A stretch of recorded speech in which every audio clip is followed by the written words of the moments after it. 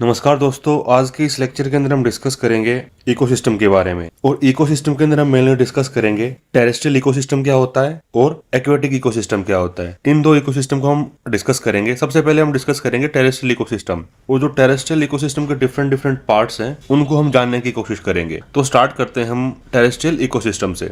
Terrestrial ecosystem से हमारा मतलब है जो जमीन पे रहने वाले जीव जंतु हैं, पेड़ पौधे, पशु पक्षियां, ये सब जो है जो जमीन पे रहते हैं वो टेरेस्ट्रियल इकोसिस्टम के अंदर आते हैं। और वो ऑर्गेनिजम्स जो पानी में रहते हैं वो आते हैं एक्वेटिक इकोसिस्टम के अंदर। तो पहले हम डिस्कस करेंगे टेरेस्ट्रियल इकोसिस्टम को। और टेरेस्ट्रियल इकोसिस्टम के जो डिफरेंट पार्ट्स हैं उनको हम जानने की कोशिश करेंगे।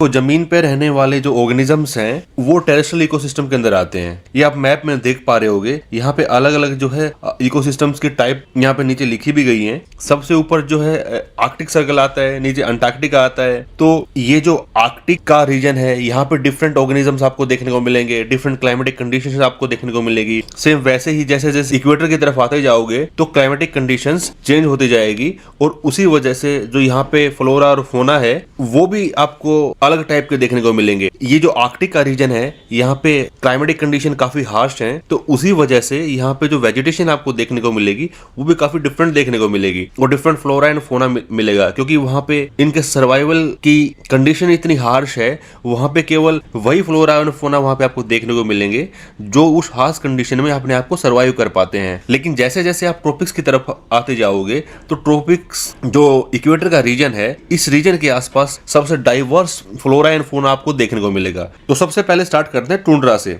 देखो इस पिक्चर में आप देख पा रहे होगे चारों तरफ बर्फ ही बर्फ है। तो टुंड्रा का मतलब ही होता है बैरन लैंड, बंजर जमीन। बिकॉज यहाँ पे जो एनवायरमेंटल कंडीशंस होती हैं वो काफी सीवियर होती हैं। टुंड्रा जो है अर्थ का एक यूनिक और एक्सट्रीम इकोसिस्टम है जो अपने ठंडे टेम्परेचर, लिमिटेड वेजिटेशन और परमाफ्रोस्ट कंडीशन के लिए जाना जाता है। इसकी लोकेशन की अगर मैं बात करूं तो ये हाई एल्टीट्यूड रीजन में पाया जाता है।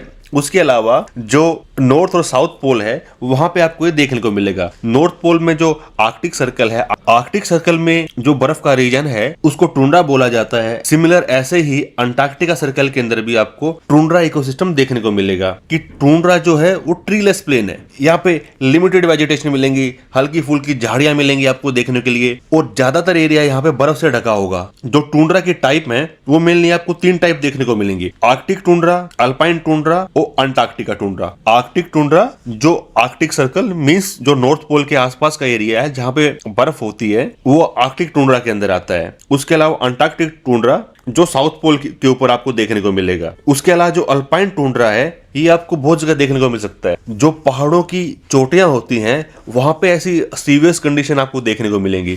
तो अल्पाइन टुंड्रा के अंदर मेनली आपको जो टुंड्रा इकोसिस्टम देखने को मिलेगा वो पहाड़ियों की चोटियों पे देखने को मिलेगा, क्योंकि वहां पे वेजिटेशन काफी कम होती है और मोस्ट ऑफ द टाइम ये जो चोटियां होती हैं बर्फ से ढकी हुई होती हैं। तो टुंड्रा के 3 टाइप हैं: आर्कटिक टुंड्रा, अंटार्कटिक टुंड्रा और अल्पाइन टुंड्रा। अब बात करते हैं इसकी लोकेशन की। देखो मैंने बताया नॉर्थ पोल और साउथ पोल का वो रीजन जहां पे मोस्ट ऑफ द टाइम जो है स्नो रहती है वो आर्कटिक और अंटार्कटिक टुंड्रा के अंदर आते हैं। उसके अलावा जो हाई एल्टीट्यूड एरिया होते हैं वहां पे ये आपको टुंड्रा इकोसिस्टम देखने को मिलेगा। उसके बाद बात करते हैं टेम्परेचर की।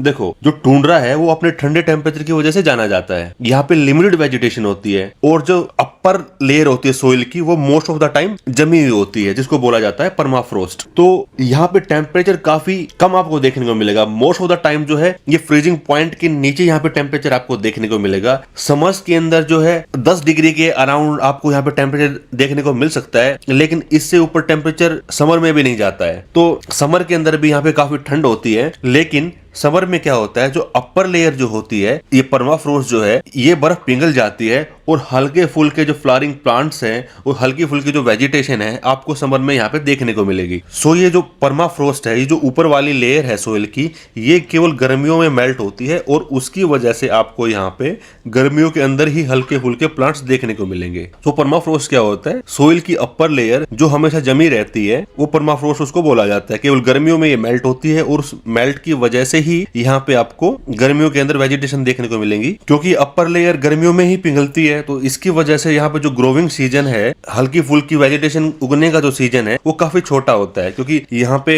समर्स जो है वो काफी कम टाइम के लिए आती हैं। मोस्ट ऑफ द टाइम जो है पोलर एरिया और जो ये अल्पाइन टुंड्रा है ये मोस्टली जमे हुए होते हैं, तो केवल थोड़े से टाइम के लिए यहाँ पे ग्रोविंग सीजन आता है, वो भी समर में, जिस टाइम पे टेम्परेचर अराउंड 10 डिग्री के सेल्सियस चला जाता है, उसी टाइम पे यहाँ पे आपको वेजिटेशन देखने को मिलेगी। अब बात करते हैं क्लाइमेट चेंज और ह्यूमन इंपैक्ट के बारे में। सो ऑयल और गैस एक्सप्लोरेशन की वजह से भी जो है यहाँ का इकोसिस्टम है वो थ्रेटन हो रहा है। उसके अलावा ग्लोबल वार्मिंग की वजह से जो परमाफ्रोस्ट है जब ये पिघलती है तो यहाँ से रिलीज होती है गैस, कौन सी? मीथेन। तो मीथेन गैस जो है एक पावरफुल ग्रीन हाउस गैस है जो ग्लोबल वार्मिंग के लिए जिम्मेदार है। तो मोस्ट ऑफ द टाइम जो टुंड्रा आपको इस टाइप से देखने को मिलेंगे। उसके अलावा गर्मियों में जब ये परमाफ्रोस्ट मेल्ट होता है तो इस टाइप का आपको वहां पे वेजिटेशन आपको देखने को मिलेंगी। हल्की फुल्की झाड़ियां, ज्यादा यहाँ पे पेड़ पौधे आपको देखने को नहीं मिलेंगे। हल्की फुल्की झाड़ियां या फ्लोरिंग प्लांट्स जो है आपको गर्मियों में यहाँ पे देखने को मिलेंगे, क्योंकि हार्श वेदर क्लाइमेट की वजह से केवल छोटे प्लांट्स जैसे कि मोसेस, लाइकन्स, ग्रास और थोड़े बहुत शरब्स, यही सब जो है यहाँ पे ग्रो कर पाते हैं। कुछ फ्लोरिंग प्लांट्स जो है